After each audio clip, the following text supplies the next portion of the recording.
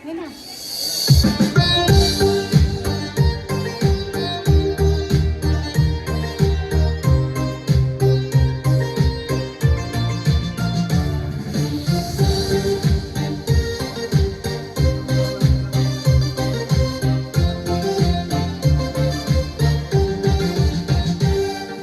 Nagtitipon ang mga kapatid sa iglesia. Masaya tayong umaawit at sumasayaw. Nang papuri sa Diyos, purihin ang Diyos na nagkatawang tao at pumarito sa mundo. Para ipahayag ang katotohanan at iligtas tayo.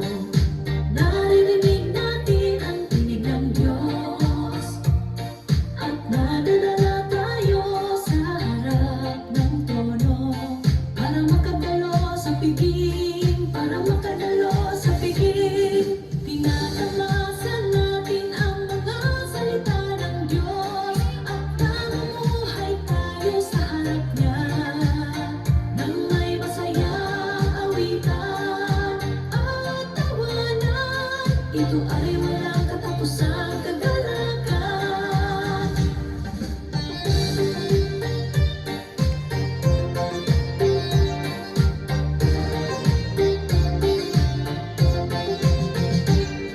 Kapag nagtatagpo ang mga kapatid, malapit ang damdamin natin sa isa't isa at hindi mailarawan ang ating kagalakan.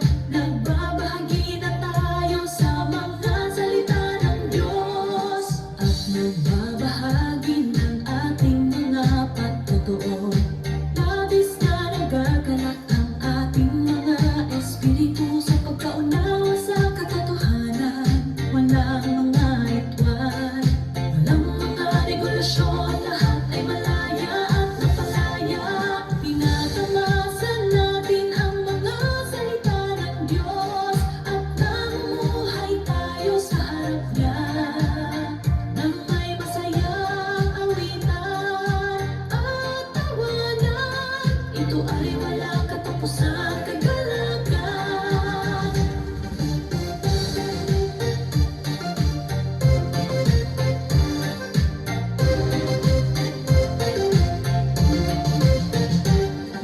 Nararanasan ng mga kapatid ang gawain ng Diyos. Tumatanggap at nagpapasakop tayo sa paghatol at pagkastigo niya. Iwinawagsi natin ang ating panlilinlang at nagiging matapat tayo. Minamahal natin ang isa't isa nang walang hadlang. Nagpapasakop tayo sa katotohanan at hindi kumikilos batay sa mga damdamin. Sa pamamagitan ng paghatol, nalilinis ang ating katiwalian. Tinatamasan natin ang mga salita ng Diyos at namumuhay tayo sa harap niya nang may masayang awitan at tawanan. Ito ay walang katapusang kagalakan.